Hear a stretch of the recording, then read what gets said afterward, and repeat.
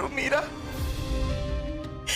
એ મારી સાથે હતા, મારી માટે હતા, એટલા માટે તો હું લોકો સાથે લડતી હતી, બધાને બોલતી હતી. પણ હવે હું બધા સાથે કયા મોઢે બોલીશ? કયા મોઢે બોલીશ? હવે તો હું શું કરીશ કે શું નહીં કરું કઈ સમજાતું નથી. હું કશું સાચવી ન શકી મીરા, ના તો મારી દીકરીને, ના મારા દીકરાને અને ના મારા પતિને.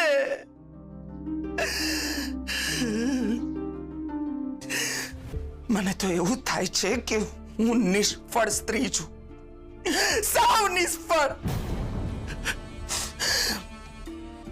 અનસૂયાને હું શું કહીશ? મીરા, આટલા સમયથી મને હતું કે મોટી બાની મોટી વહુ હું છું, હું. અને એ વાતનો મને ગર્વ પણ હતો. પણ હવે મોટી બાની બબ્બે મોટી વહુ હશે. મીરા, મીરા મારી જગ્યા છીનવાઈ ગઈ. મીરા મારી જગ્યા છીનવાઈ ગઈ.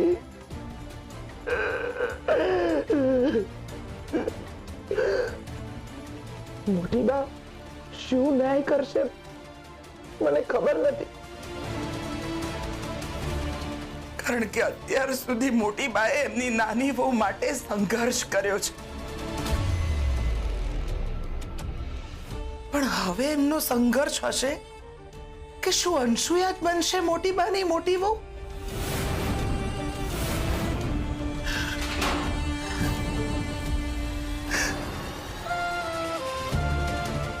ખોલો, કોઈ દરવાજો બંધ કર્યો, ખોલો.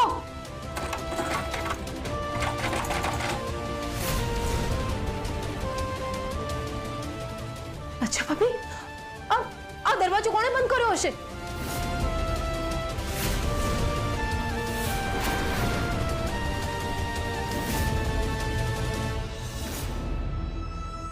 જોયું ને મમ્મી, જે થયું એ બધું. હવે તું મને એમ નહીં કહે ને કે અહીંયા રોકાઈ જઈએ.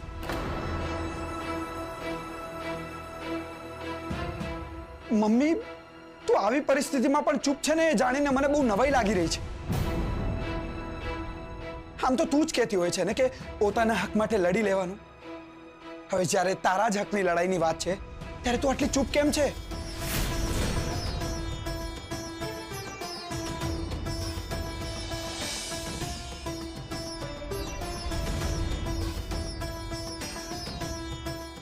આ જો મમ્મી, હું જ્યારે અહીંયા આવ્યો હતો ને ત્યારે ખાલી હાથે આવ્યો હતો,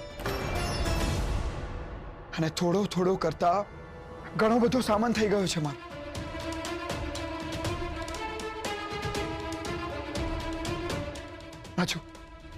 આ ચિરાગભાઈએ આપેલા કપડા,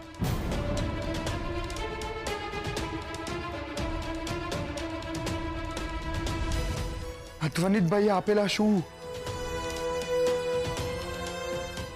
આ ઘડિયાળ,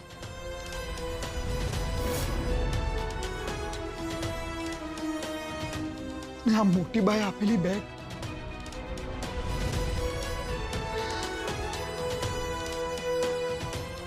અને આ ઘરની ઘણી બધી યાદો. શું લઈ જાઉં અને શું રવા દઉં ને એ જ નથી સમજાઈ રહ્યું મમ્મી. બેટા, હું તો તને કહું છું કે આ ઘરમાં રહેવાનો તારો હક છે. તું તારો હક જતો ના કર. અને તું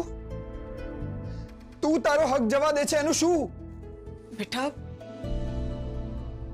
મારી જગ્યા આ ઘરમાં જ નહીં, પણ સમાજની દ્રષ્ટિએ પણ મારી જગ્યા અલગ છે. એક સ્ત્રી વર્ષોથી આ ઘરમાં મોટી બાની મોટી વહુ તરીકે રહી છે. એટલે હું એ જગ્યા લેવા નથી માંગતી. એ સ્ત્રીના જીવનમાં હું એ બીજી સ્ત્રી બનવા નથી માંગતી કે જેના કારણે એનું જીવન ઉજળે.